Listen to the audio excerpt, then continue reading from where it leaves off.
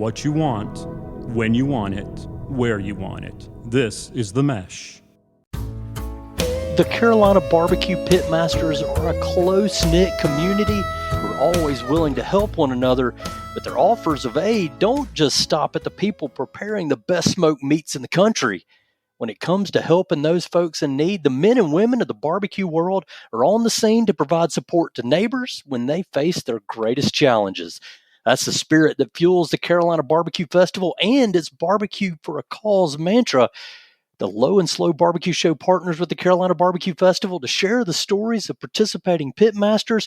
We also want to cast a spotlight on the fantastic charities the annual event supports.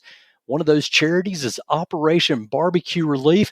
It was founded in the wake of Joplin, Missouri's tornado disaster back in 2011.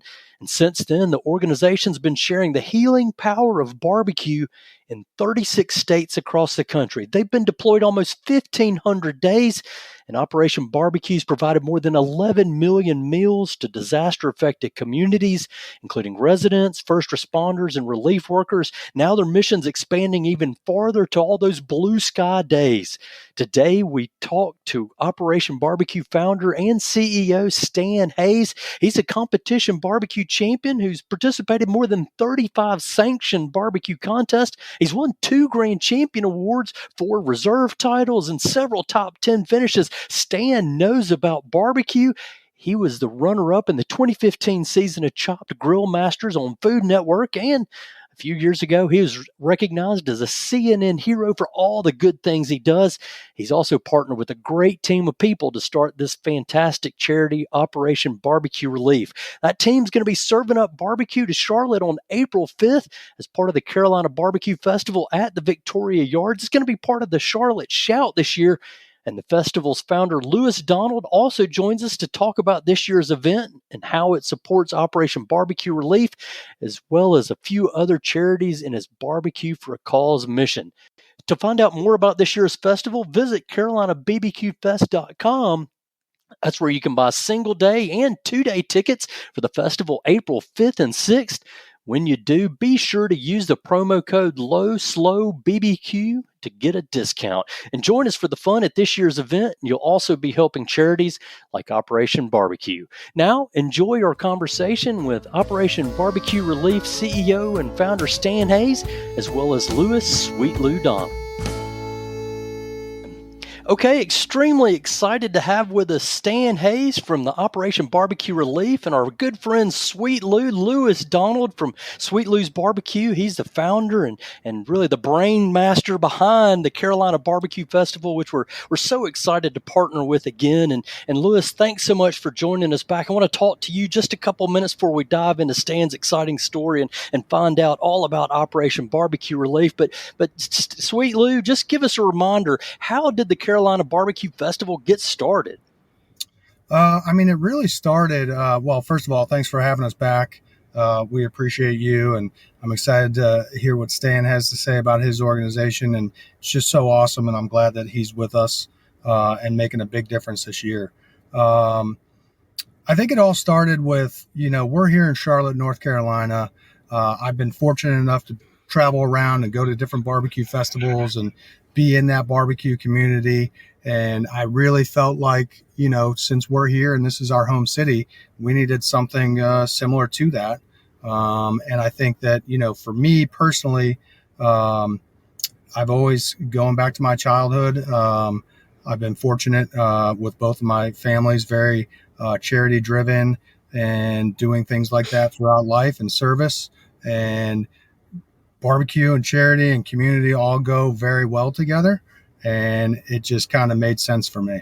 Yeah, cool. So this is the 3rd year of the festival, and talk a little bit about this year. I know you guys are in a little bit different spot on the calendar, a little bit different location. So tell me what all you got cooked up for this year and why the changes.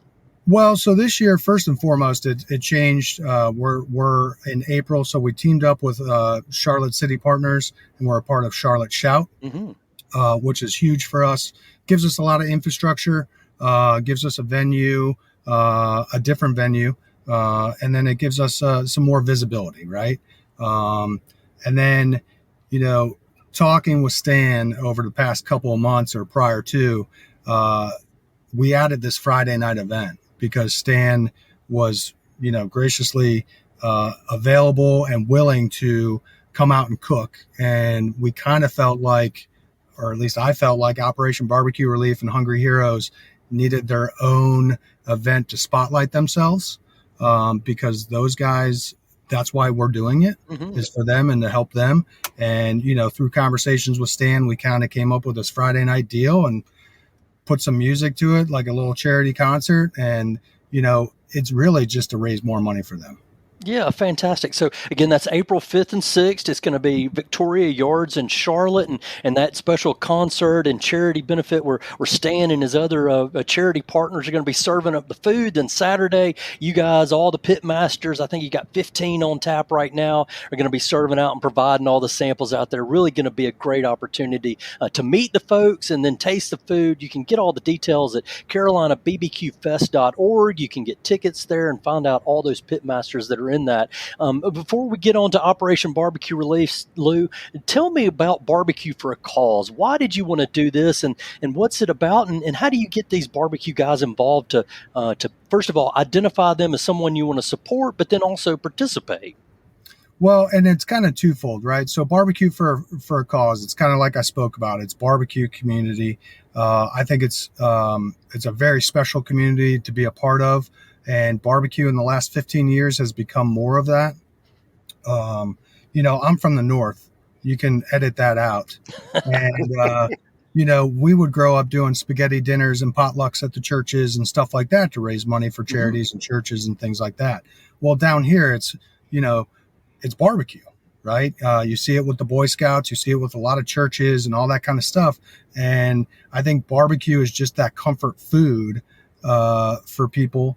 And it brings them all together because everybody loves barbecue and the smoke and the whole hogs and all that kind of stuff that goes through it, and learning tips and tricks. And it just made sense. I mean, that's the cause, right? The cause for me is people like Stan and Amanda at Hungry Heroes and Folds of Honor that go out there and do good work, that don't, and this year's more special. This Friday night event to me kind of, Stan really blew my mind, because for him to actually just say, cool, I appreciate the support, we'll look for the check. He said, no, I want to be a part of it, which is very different than, some of these bigger organizations that other people are part of, and I've been a part of in the past, that, to have that two-way street of a partnership and really see the fruits of our labor that we spend our time on, that's what makes the difference. That's the cause. And that's the impressive part about the Friday night event itself. Yeah. And so again, Operation Barbecue Relief, Hungry Heroes, Folds of Honor, and all of them seem to kind of have a similar mission and combined. And that is, serving folks when they're really in a time of desperate need. So, maybe talk a little bit about why you chose those particular partnerships.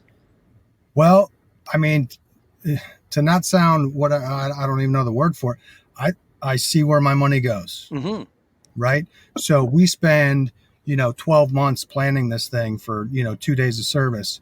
But I know that when we write checks to these organizations, where this money goes, it doesn't go into a pot and, who knows where it's going. I can see the work that Stan does. I can see the work that Amanda does. I can see the work that Folds of Honor does. And there's one other little caveat with some of these three organizations. If you link them all together, they're all very military first responder oriented as well, which has become very near and dear to me, I guess, in the last few years, just seeing where we're at. And as I got older and matured, I guess maybe a little bit. Right. And I'm not saying that we're military focused or aligned, but, that first responder key and some of those things and what they do, I think is probably my biggest driver now. It's who they serve. Yeah, fantastic. Some folks that are selfless.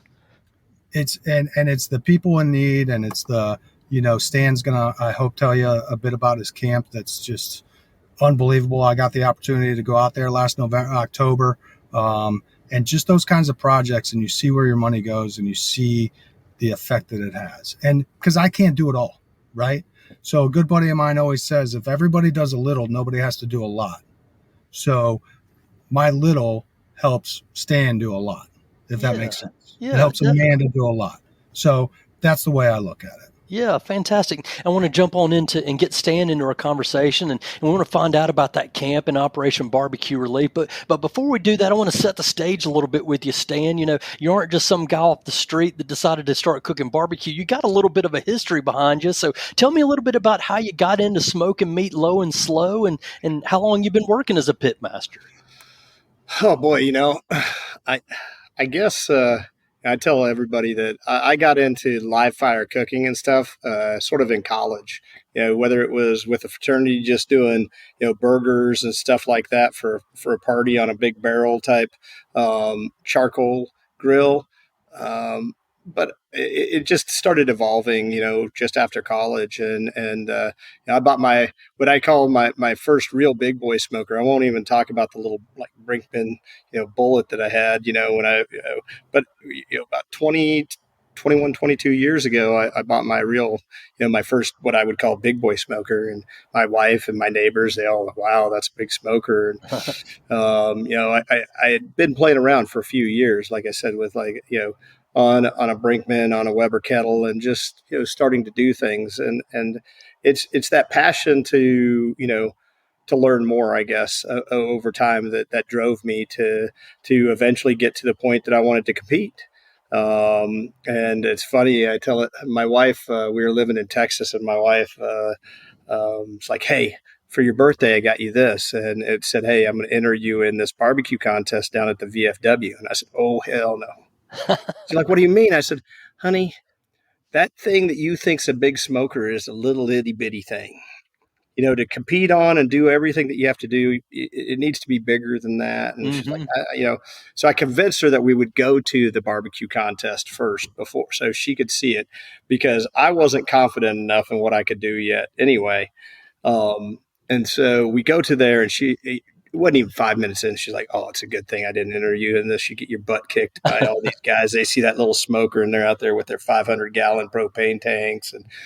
And but I just kept at it, and then we ended up moving to Kansas City, and I had met back in those days, it wasn't social media, it was forums, right? You had barbecue forums, and the Barbecue Brethren was one of the big forums that I was on, and I got to meet a bunch of guys that were in competition and stuff on there. And so when I moved to Kansas City, you know we all finally met up, and I went to my first contest probably less than a year after, moving to Kansas City area. And, I think I probably got like 2 hours of sleep the whole night, and was up checking fires all night and all this. And my wife's like, "That sounds horrible." And I was like, "Oh, it was so great, Yeah.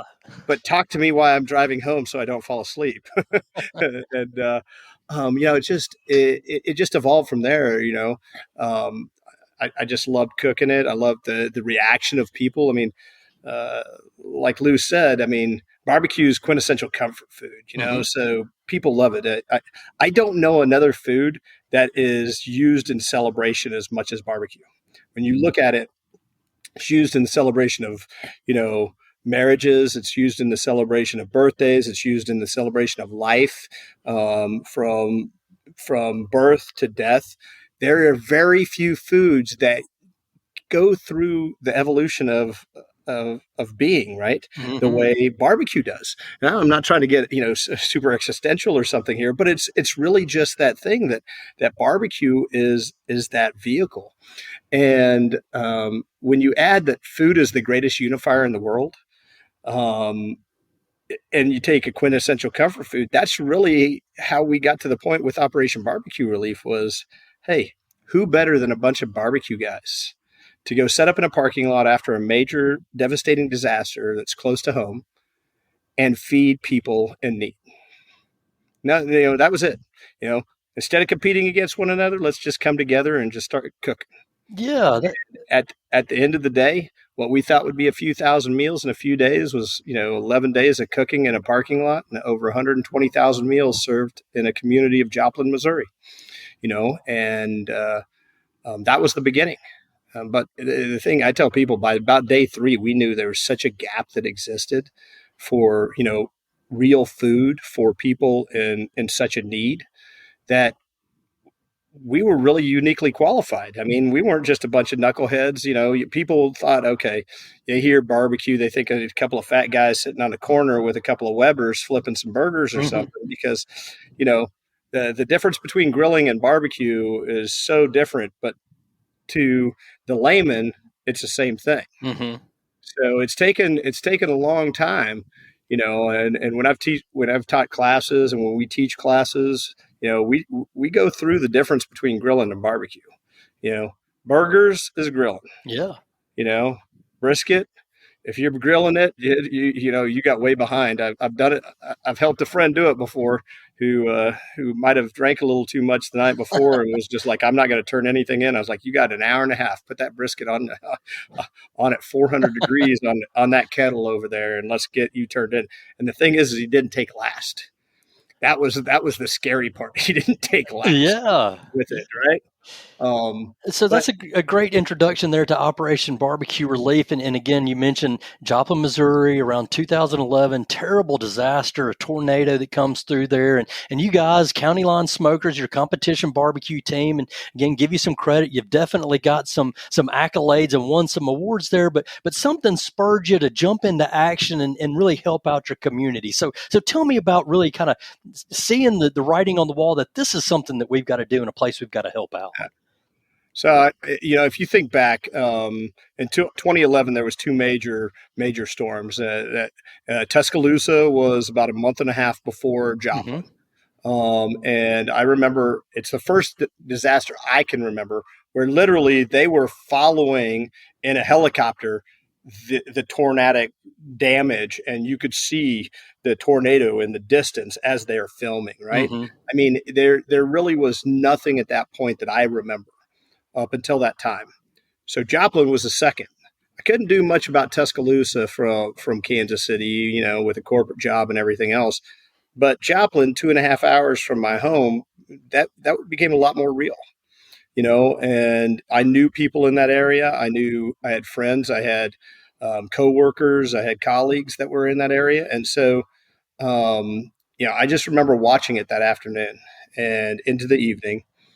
And as I was getting ready for work the next morning, my wife gets up and, she's not an early morning person, but she goes, you need to go. And admittedly, it was a Monday morning. I was running a little late and I was maybe a little bit of a smart ass going, I know. And she's like, no. You need to get your barbecue friends together that you compete with. And you guys should just go to Joplin and cook. And I looked at her and I was like, I sort of shake my head and I leave. But, I didn't make it a mile from my house on the way to town when I said, she's right. And so I called, the guy who was my mentor in barbecue that really got me into competition. I said, hey, Jeff, what do you think about this? And in about a 15-minute phone call, we hatched a plan of how we were going to go to Joplin, what he was going to do, what I was going to do to get the word out, to secure location, all of those things. Yeah. And, by before noon, we had a page. It's still out there on Facebook. People still go like it for some crazy reason. It's called Operation Barbecue Relief for Joplin. And it says right on there, we do not update this page. I just haven't had the heart to kill the page because it was our beginning. Yeah. But I mean, it grew to a couple thousand within days of this through the barbecue community. We ended up having, people from 9 additional states come in just to help. We had people from Georgia. We had a guy fly in from Pennsylvania. We had a bunch of guys come up from Texas and, Oklahoma, Arkansas, Kansas. And it was those, many of these people that were competition barbecue folks, they weren't just KCBS guys. They were Lone Star. They were Texas, competition circuit guys. But they saw on the different pages what we were doing and they were called to, hey, let's go help. They saw the cry for, hey, guys, this is bad and we need to do something.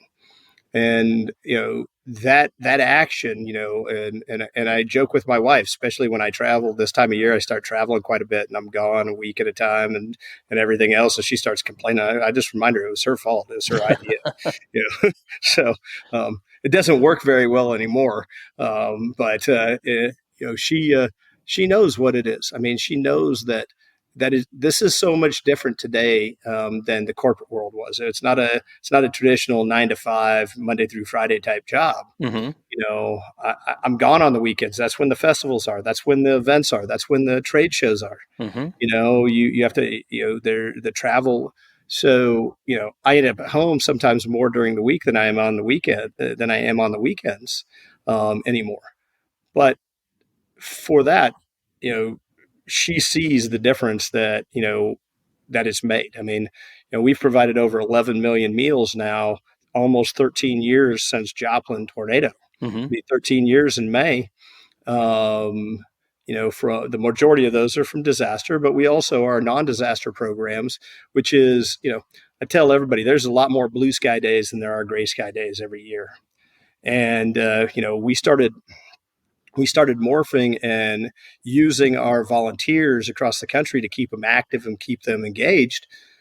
Years ago, I mean, about 2016, we had a really slow year. It was a good year, blessed wise, for Mm-hmm. non-disasters. Which isn't always a great thing when you're a disaster relief organization. Mm-hmm. So we started saying, hey guys, what would you do in your community if we were to give you $300 or $500? What would you do? About 8 times out of 10, they came back and it was either something for a first responder, whether it was police, fire, EMS, active duty military, reserve unit, a guard unit, something like that, a tragedy. Mm-hmm. And we started thinking, okay, we didn't take credit for a lot of these things. We did it very silent because it was very selfish that we did this. It was to keep those people from going somewhere else. Mm-hmm. Right? They got engaged. They had done this. We'd given them skills. We had worked with them, but it got to a point that you're like, if we don't keep them engaged, they're going to go find somewhere else to go volunteer, and we may lose them. Yeah. So it took years before we started taking credit for some of the events that we were really doing. Mm-hmm. And really started putting it out there. In 2019, we hired a guy down the road from Charlotte from Fort Bragg, a retired first sergeant who was part of Delta Force. He was a Green Beret there. He was working at for the Special Warfare's Medical Training Unit there at Bragg. And we were doing an event at Bragg, and he ended up being my point of contact. And during that time, I found out, that, later that year, beginning of the next year, he was planning on retiring, and he was asking me questions about nonprofit. It's something that he thought he wanted to do. And I jokingly tell everybody it became the longest job interview he didn't even know he was in at that point in time, because my brain started, turning, because I was like, I need somebody like that to operationalize the non-disaster side. We got a pretty good idea of how to do disasters and scale them and do them pretty well by that time. But we didn't really know how we were going to scale and what we were going to do on the non-disaster side. And so it started out with using our talents and passion for grilling and barbecue to give life lessons, Mm-hmm. put on classes for first responders, for active military. I mean, we did this like 3 years on Fort Bragg until, or 2 years until the pandemic, and then that shut down. And Mm-hmm. we haven't done an active class on base since then. We've done it at VA hospitals. We've done it at, police action leagues. We've done it at fire camps. We've done this, and that's what's morphed again. As we start looking at it, we have so many more blue sky days. That way we can continue to make impacts in communities and in people's lives outside of disaster. Because even our busiest years in disaster, you're talking about 120 days, maybe. Yeah. I'm like going 365 minus 120. That's a lot of days left in the year. Right. That, and I'm like, what I don't want to do is have people questioning, okay, I'm a sponsor of yours. What do you do the other 200 and 45 days of the year? Mm-hmm. What are you guys doing? And fixing the stuff that you break on deployments and getting everything ready to go again is not a great answer. I mean, it's a valid one, but it's not a great one. So that started that whole side of the non-disaster programs, and our non-disaster programs has a great name. We call it our Always Serving Project, because when you think about it, the people we're serving are the ones that are always serving. They're the ones serving their community, whether they're on duty or off duty, right? You know, the stories of the number of off-duty firemen or police officers that jump into action, or military that are, you know, off-duty, that jump into action when their community needs them, is just amazing. I mean, it gives you hope for, you know, in the world that we're in today, when people are still jumping up. Even, you know, probably the most moving story I heard was, gosh, what was this? It was probably 2018 or somewhere around there, after Hurricane Harvey, and there was a lot going on in the Houston area, and the Houston firefighters were being paid a lot less than the police officers. And so they were, you know, the union was pushing, and they said, okay, yeah, we're going to make it, we're going to get you to that equality, you know, but we're also going to terminate like 75 to 100 firemen to be able to get there, because we don't have the money for it. Yeah. So they did that. They literally did that. And that the same day that happened, you get an off-duty fireman who, you know, there's a major accident, and the guy's out there, you know, and many people say was a hero in saving, you know, some people's lives. To find out that he was one of them that was cut that morning. Wow. That was told that he, you know, what did he do? He did what, you know, he would have done any other day of the week as well. He went out there and did what he was trained to do, even though he knew he didn't have a job anymore. And I heard that story, and I was like, when we came up with, you know, when we were ideating over what to call it and everything, and Jay was like, I think it's the Always Serving Project. He goes, and he started saying it. I was like, I immediately thought of that young man who did all of those things, when he could have very easily said, screw it. You know what? I'm no longer a fireman. They just fired me. Yeah. You know? Yeah. But he didn't, and it's the DNA that he has. It's the DNA that the firemen, the EMS, the our military has, right? And there's many people that aren't any of those that still have that too. There's a lot of great people out there that would jump out of the car to go help the neighbor, that would run across the road, you know, to do that. And that's why the Always Serving Project doesn't just point out, you know, we look at those as the heroes out there, and the heroes come in all, you know, wear all different kinds of capes. I mean, let's face it, during the pandemic, the nurses and teachers were some of the biggest heroes that were out there. Sure. Right? Some of the administrators in hospitals were doing double time and things that they, you know, weren't really even probably qualified to do in many ways, and helping take care of people. But they did it because that's what needed to be done. And so during those times, we were celebrating all of them, even though for the most part, we've focused on, you know, the first responders, you know, veterans and active military. But it's morphed to the camp now, right? So the camp, as we started looking at what we wanted to do with this camp, we had an opportunity to reimagine a program. And I won't get in, it's a long story, but it's something that all of a sudden we got a lot of passion around, saying, hey, you know what, we can do more. And there's more companies that are really excited about a destination location and bringing families together and helping families than to set up in a parking lot to give them similar life skills together in a parking lot of a business, right? A VA hospital, of something like that. Don't get me wrong, we still do those programs. You know, we're just not doing, you know, 25 to 30 a year like we had planned, because the camp has grown so much. But as we started looking at that and going, all right, who's going to come? What are we going to do? We relied on Jay. So Jay Collins, the Jay that I'm talking about is Jay Collins. He's our chief programs officer now. He's the retired Green Beret from Bragg. And Jay has a very, you know, a very amazing story. Jay's, you know, like I said, he was part of Delta Force. Jay was injured in Afghanistan. And from his injuries, he had some major arterial damage in his leg, you know, on top of major back issues and everything, multiple surgeries. Well, the you know, Army thought they could fix his leg. So he went through years of limb salvage before they actually amputated his leg. And once they amputated and he started, you know, getting through rehab and everything, and they looked at him, hey, thank you for your service. He's like, I'm not done yet. and he went back and requalified for 5 years as a Green Beret.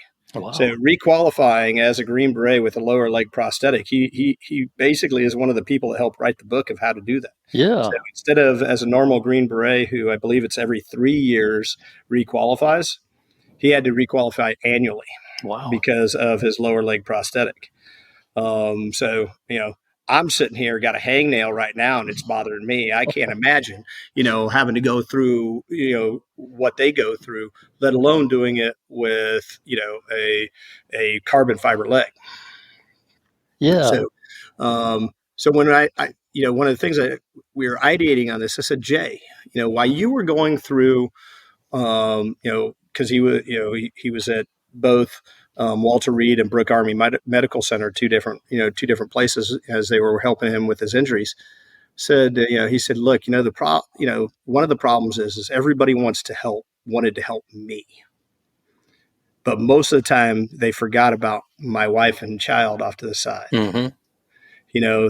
My wife sort of felt like she was the outsider or outcast, and I'm paraphrasing here. So if Layla hears this or something like that, I'm not saying that Jay said it that way. But what I was hearing from him is we have to do more for the families. Whether it's a physical injury or it's the emotional injury that they're suffering from, we've got to be able to help bring those families back together, because both of those injuries can cause a lot of toll on the family unit. So if we can help them start rebonding together, and that's how we just started ideating around, okay, how do we do this? How do we do this?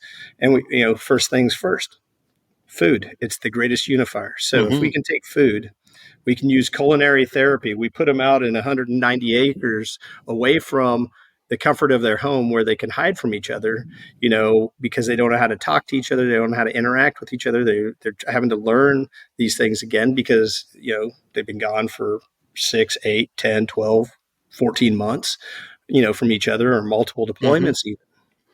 So we start going through these. And so we had this opportunity where we were looking for some property around the lake to do this, and the first one fell through, and it was the greatest day when it fell through, because I had the biggest weight off my shoulders, because I think I'd still be working on cleaning the place up today, 2 years later of having it.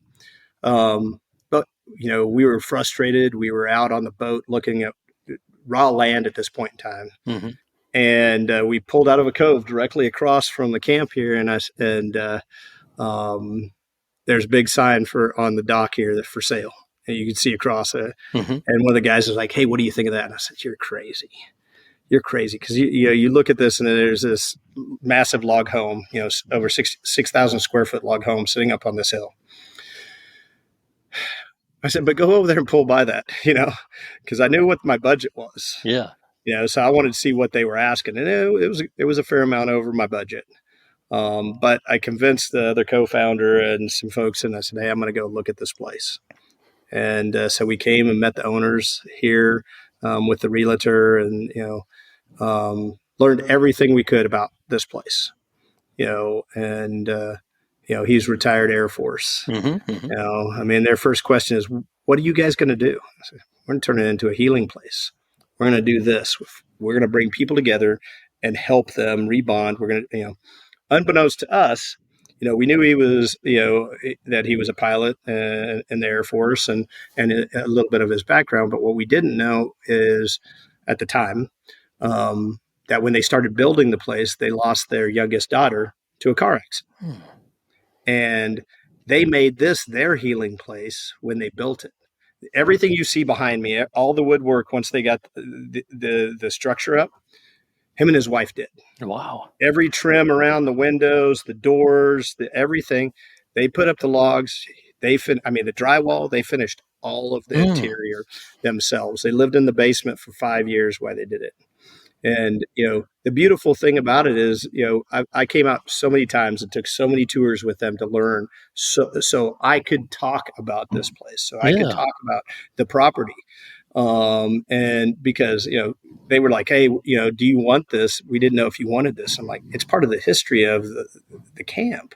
There's a gazebo up the hill from here that has a plate on there, and their daughter's name was Laura, and it says in loving memory of Laura and the dates. So about a week before we were to close, I was coming down to do the final walkthrough, and I walked by and the plate's not there.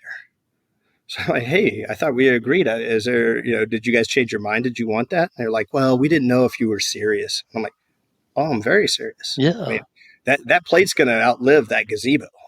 It's part of the history. Right. I mean, I want people to know that this was a healing place before we ever said it was going to be a healing place. And that's been the great part of it. We've had a couple of camps down here already. We had a Gold Star men's retreat, and somebody told me we're going to do, we're doing that. And I said, that sounds great.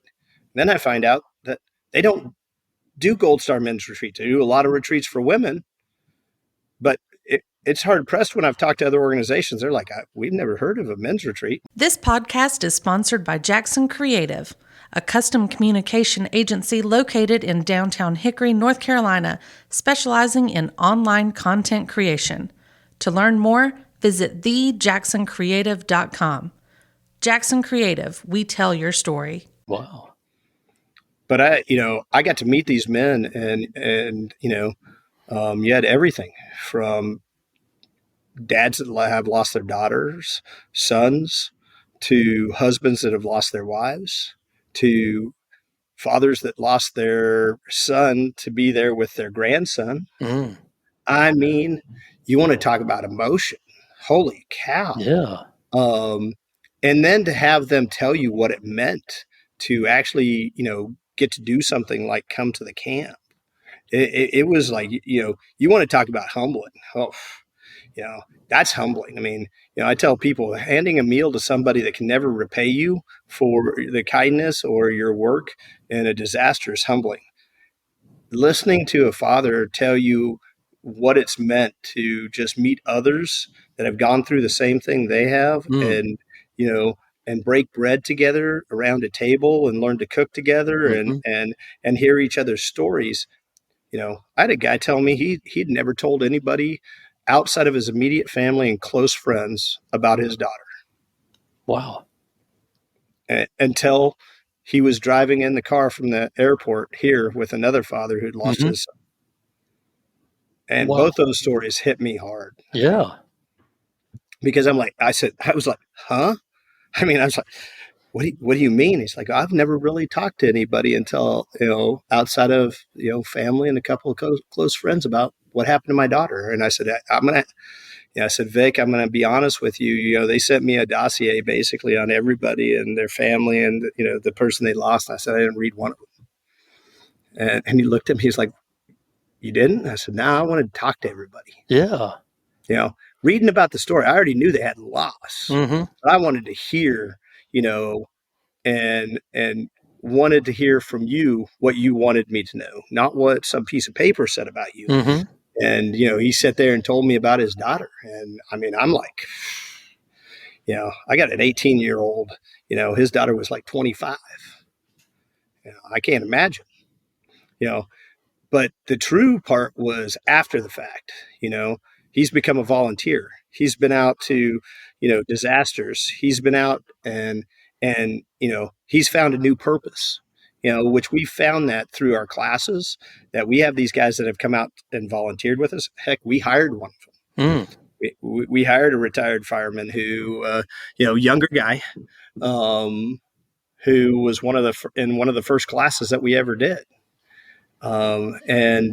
He just found a passion in cooking and seeing what a hot meal meant to people.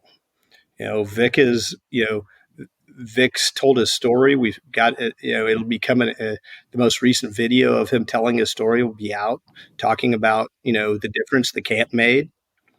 And then you have his wife coming up behind and said, "Hey, thank you. Yeah. You gave me my husband back. You don't know what you did." And I'm like, why don't we have her story? Because she's able to tell that post story of, the changes in him. And we will have her story, by the way. But that's that's the key right there, right? You have that the emotion of that person that's literally cries when you hand them a pulled pork sandwich Mm-hmm. because they haven't had something hot. They haven't had anybody, they haven't felt that the comfort and the love that a group is showing after a major disaster. And then you take it, a totally different direction, but barbecue and everything is still centric to what we do, and they have the same kind of reaction when that people that have lost somebody, or lost their home. The emotion is so raw, um, and that's probably what that at the end of the day, when I look back at what we're able to accomplish and what we're doing and what we're going to be doing, that's that's the pat on the back. So, Mm-hmm.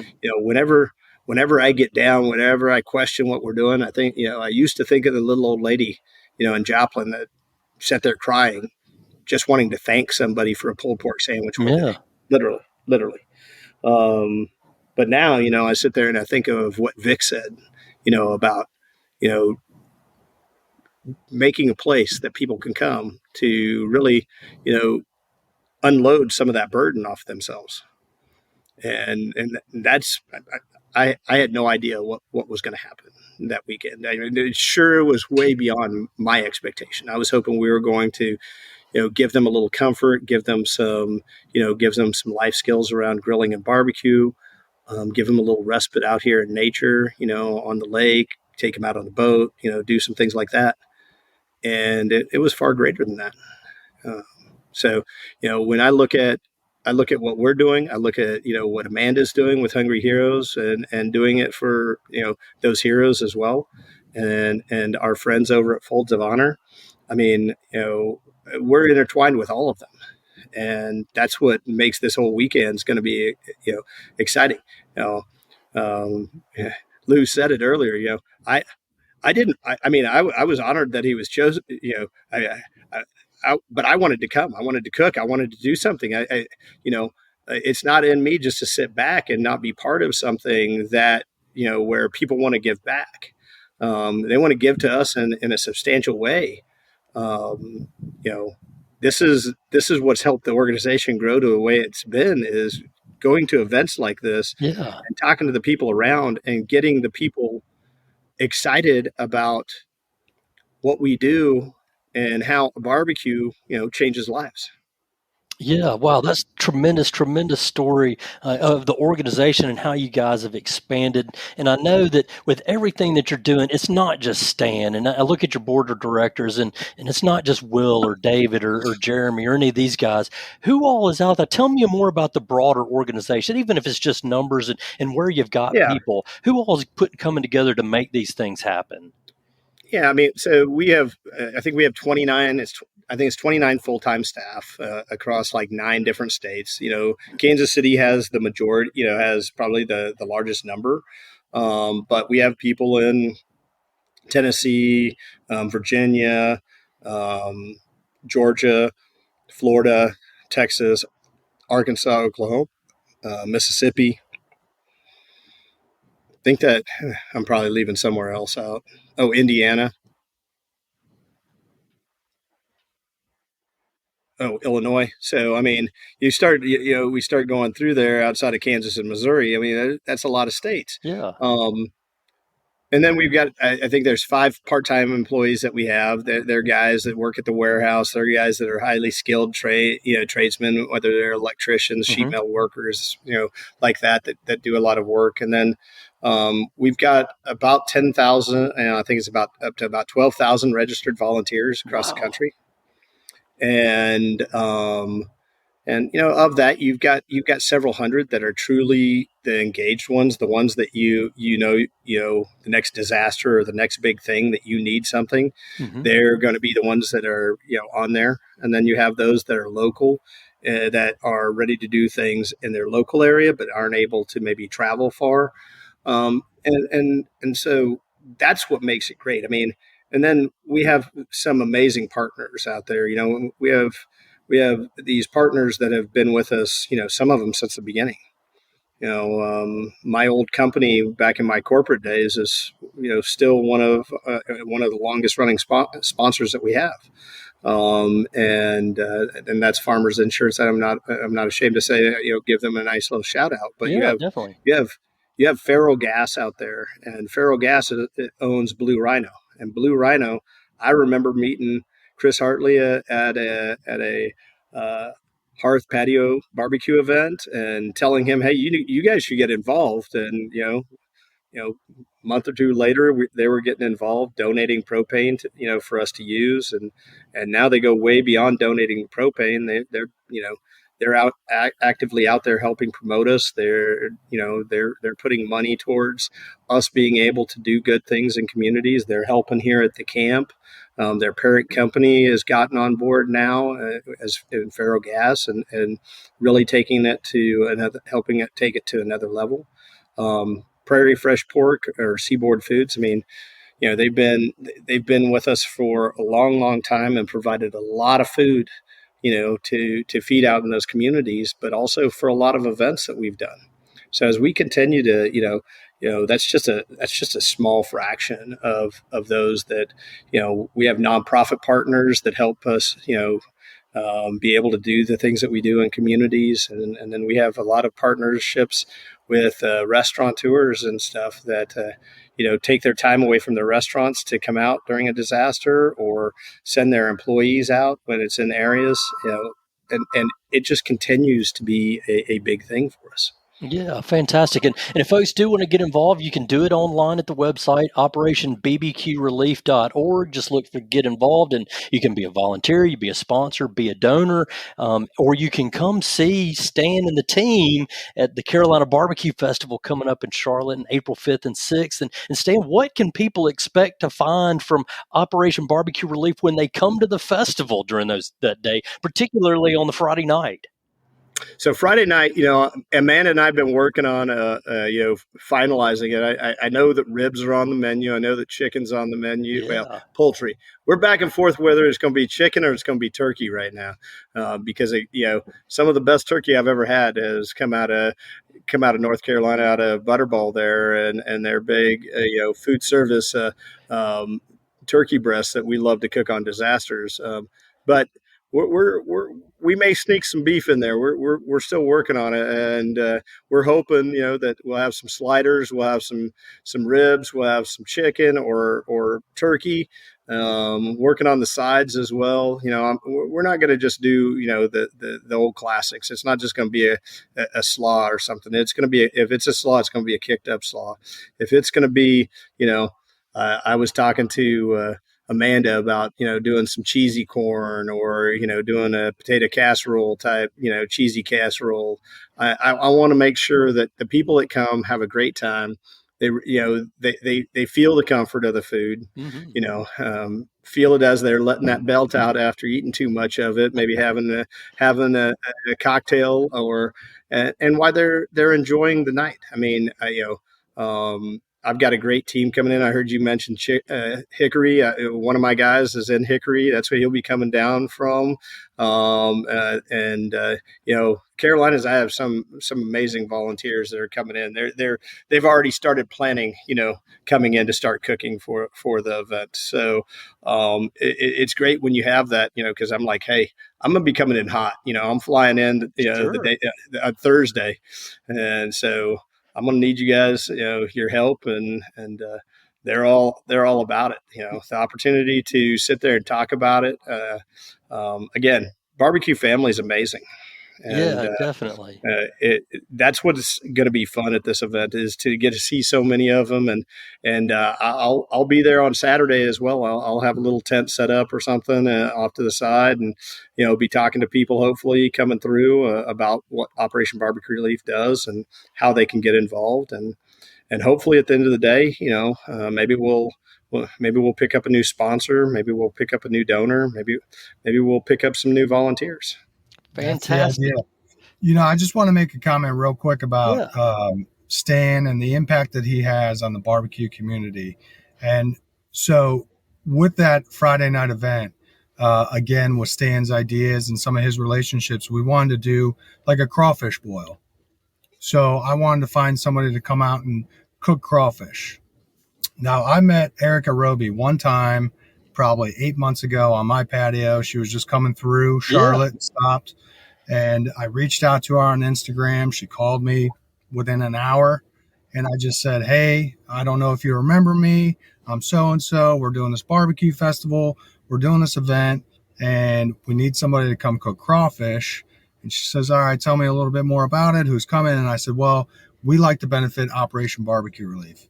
And she goes, oh, Stan, I love Stan. I'll be there. And I tell you what, like literally, she just said, no problem. No, I'll clear my calendar. I'll be there.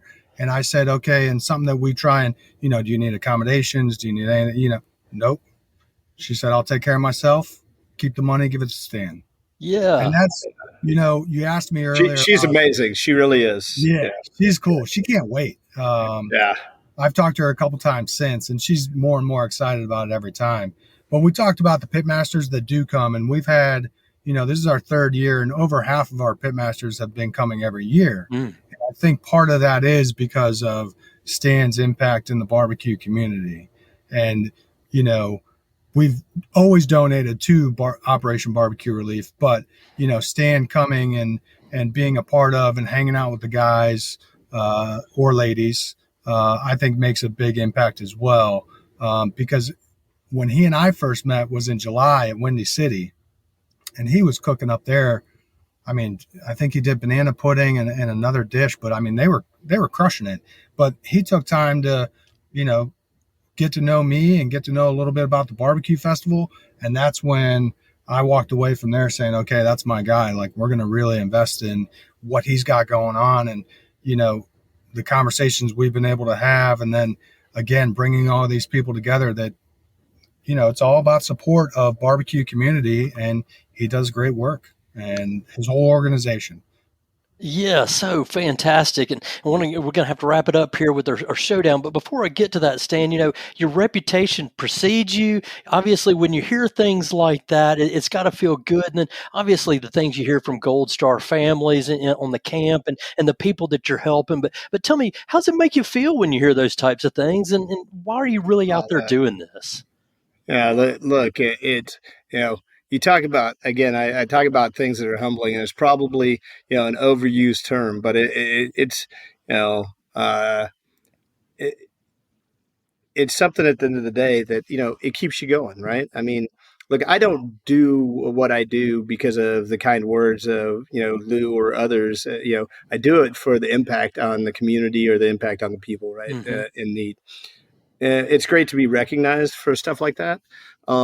And it's taken me a while to be able to say, yeah, okay, yeah, I get it, because, it's just not who I am. It's not in my DNA to sit there. I had the hardest thing I've had to do was on Chopped, I think it was. And they're like, why won't you smack talk the others? And I was like, because if I do, I might lose somebody to not want to be a volunteer.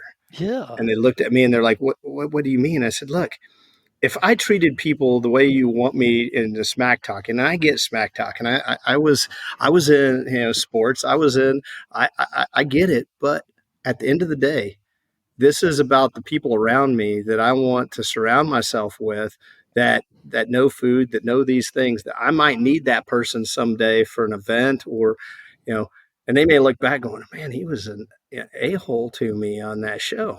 Now, they can crucify me all they want. I was rejected a lot in college. I got pretty thick skin, So, it's one of those things, as you hear these, and it makes you smile and makes you feel good. But it also makes you realize that you're building something that's going to hopefully, be around way, way past you and your kids. So your grandkids can say, oh, yeah, that was my grandpa. Yeah. Wow, that's tremendous, tremendous. So definitely look forward to meeting you guys. Lewis, I want to give you a chance to kind of give us some final takeaways and maybe remind people why come to the festival. Obviously, you want to meet Stan, you want to support Operation Barbecue Relief, but why are folks going to want to come to the Carolina Barbecue Festival, and what are you hoping they take away from it when they do? I want people to come and enjoy the barbecue camaraderie and the community. Get to know some of these. We have a lot of great barbecue in the Carolinas, and a lot of those folks are going to be there. And you don't always get the chance to, drive down to the middle of nowhere in South Carolina, or out all the way out in the Gardner to go see Matthew Register. You don't get those opportunities. So we can bring them all in, centralize them. You can taste food from everybody. You got 15, 16. There might be a few surprises. Maybe it hits 20. I don't know. We're always inviting people, doing stuff. And people want to get involved too. And I have a hard time saying no, but what I want them to take away is hanging out in the middle of uptown Charlotte with barbecue, some good music, and all like-minded people. Right. Yep. So everybody there knows that, yes, you're purchasing a ticket. You get to taste from all the pit masters and all this kind of stuff. But, you're all there to support these foundations that are out there doing good work. And, if they can all have that and walk away knowing that they accomplished something that day, or they donated that day, or they were part of something that, as impactful as Folds of Honor and Operation Barbecue Relief and Hungry Heroes.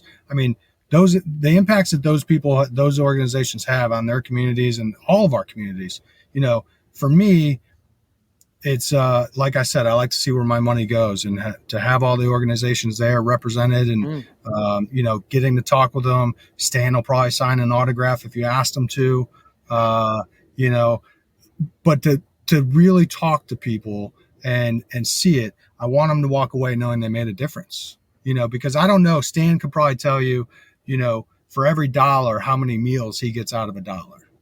And I think if people not as many as we used to. Wow. Yeah, I get it. Yeah, probably not. So how many meals he gets out of $5, right? But, when you start thinking about it on that scale, and you think about your ticket price, you're feeding a lot of people. Yeah. And absolutely. That's the difference. Fantastic. Well, you guys have been extremely generous with your time. I want to wrap it up with a showdown. And Lewis, don't give him any hints here, because I know some of these questions are really hard. But Stan, I want to run you through these right quick. And we'll have some easy answers, and then I might probe you a little bit more for some additional information. So the low and slow showdown. And you're cooking. You want gas, charcoal, pellets, or wood? Be careful with the sponsors. So I've always been a wood guy, using a little charcoal to keep the heat going, but it's not quite the same if you're using pellets or and I have a great sponsor that has propane, and I love them, but that's more for grilling than low and slow. Yeah, definitely got a Blue Rhino hooked up on my grill right now. I use a lot of their stuff too. When you're using wood, what's your favorite wood? Pecan. Why's that? Hands down. It's not quite as hard. Well, it's not as harsh as hickory. It's almost on the same, I would say, note as like a post oak. It's a little bit more mellow, and it gives it a nice smoke. And you take that and you add a little cherry to it. I think you have like the combo platter of woods. When it comes to especially on the competition trail. Yeah, the combo platter of woods. I like that. Pecan with a piece of cherry in there. So when you're cooking, do you want, or really even eating, pork, beef, chicken, or something else? Boy, I answer this question. It depends on what part of the country I'm in, really. If I'm in Texas, I'm probably not looking at the chicken too much or the pork. I'm looking at just beef. Mm-hmm. If I'm in the Carolinas, man, I tell you what. To this day, the best whole hog sandwich I've ever had, Sam Jones made for me right off of a hog with and sat there and broke up with his fingers the cracklings on top of that thing before and I tell you what, if I did what Sam and his team did with vinegar and hot sauce and salt, it tastes like I poured vinegar, hot sauce, and salt on that pork. It just is a magical thing. Yeah, for sure. And a great answer there. Of course, Lewis will tell you that the beef is starting to kind of spread into the Carolinas with John G. and Dylan Cook down in South Carolina. Really more Texas flavor showing up around here. Yep. Look, I think as people have started traveling the world, you start seeing it everywhere. I mean, Mm-hmm. I've had amazing barbecue in New York City, and it'd be like the pace pecani sauce, New York commercial, City. right? In a city, but at the same time, I don't want to leave out the some of the best chicken I've ever had in my life. Came out of Decatur, Alabama, and Big Bob Gibson. Yeah. That it's a magical place. Watching them dip that, and because I'll tell you what, white barbecue sauce is not really barbecue sauce, but when it was done that way, it was pretty amazing. Absolutely. So, So with kind of that note, what is the best state in these United States for barbecue? I am nowhere going to even come close to answer. That's like me, smack talking others that I want to be, get involved with the organization. I was like, look, again, it comes down to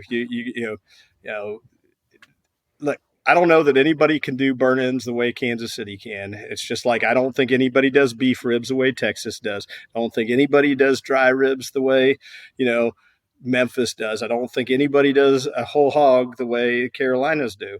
And don't get into the sauce there because I can't even begin to talk, East Carolina versus, I mean, look, I'm somebody that loves it all. I might have lost 35 pounds or 40 pounds over the last few years, but I still, eat a lot, and I'm still a pretty big boy at that, and I can't stop. I mean, everything is so good.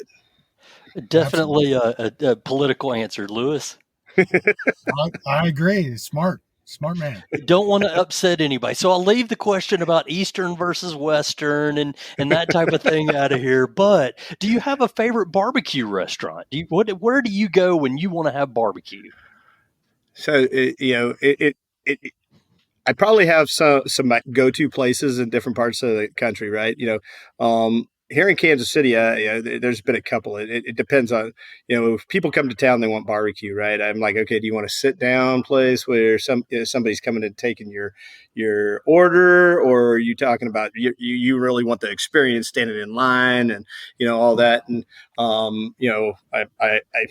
I set up a meeting with a guy, and he's like, all right, I want you to take me to the best place. And I said, well, okay, where are you at in town? That's going to sort of dictate where we go. And so, we're going to go to Slaps Barbecue in Kansas City. It's a great barbecue. But Q39, I tell everybody, you want to go sit down someplace, Jack Stack's okay, but go to Q39. Q39 or Slaps? And then Meat Mitch is a good friend of mine, and he opened up, and I haven't, that place is just taken off, so, I mean, Kansas City has, I mean, before the pandemic, they were like at 115 barbecue restaurants in the metro. I don't know what it is today. I haven't seen that stat, but I can tell you what, since then, there's been some amazing places pop up. I mean, I tried to eat at a guy's Chef Jay's barbecue, and he does it true Texas style. Like when I'm out, I'm out. I got to his place one day at about 1:15 in the afternoon on a Friday, and he'd been sold out for an hour. Wow. Must be good. But if I'm down in Central Texas, I've got some good friends down there, but my friends at Hayes County Barbecue down there, like they put on a spread last time I was there that, I mean, I was so disappointed that I didn't grab the last little bit of the beef rib and take it back to the hotel and have it for breakfast the next morning when I woke up, because that's what I was thinking about. So, Yeah. I got places like that. And I have so many friends that are in the business that it's hard to say, because it really depends if I'm in their town or not. Now, I will tell you the one thing that I try not to do, and that is I'll go to my friends' places. I don't tell them I'm coming, because I'm not asking for a free meal. So, and everybody wants to feed you when you come in.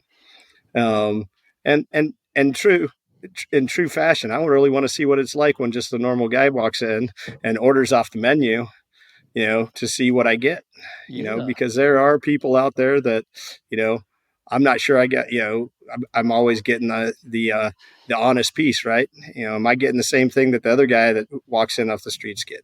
Yeah, cool. So again, won't ask you about the sauce, Eastern, Western, or mustard, but I will ask you, do you want your barbecue with or without the sauce? Personally, I love sauce on the side because I want to taste the meat before I ever get in there. If I do it my way, which would never win a competition, with a bunch of judges, it would always be dry.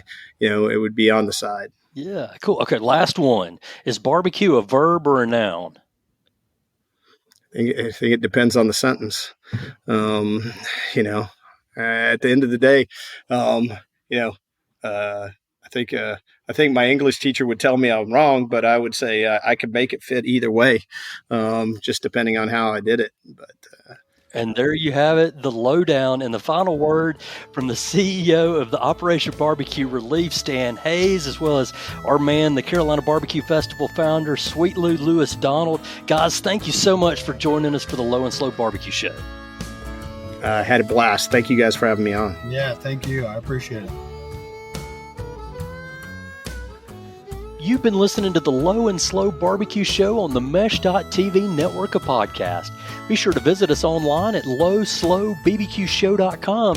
You can learn more about the Carolina Barbecue Festival and the other pitmasters participating in this year's event at lowslowbbqshow.com. You can also hear from other Carolina pitmasters like Dylan Cook from Fort Grove Barbecue in South Carolina, Keith Henning from Black Powder Smokehouse in Jamestown, as well as Brandon Shepard from Shepard Barbecue on Emerald Isle. They'll all be at the Carolina Barbecue Festival April 5th and 6th at Victoria Yards in Charlotte. Visit lowslowbbqshow.com for all the details.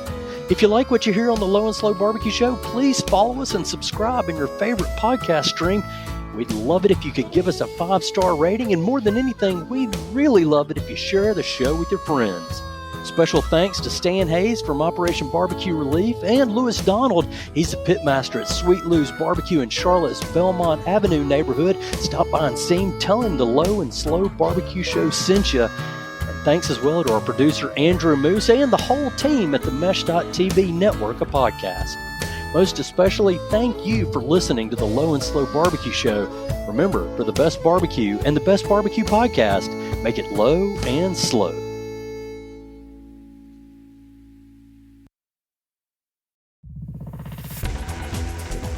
You've been listening to The Mesh, an online media network of shows and programs ranging from business to arts, sports to entertainment, music to community. All programs are available on the website as well as through iTunes and YouTube. Check us out online at themesh.tv. Discover other network shows and give us feedback on what you just heard.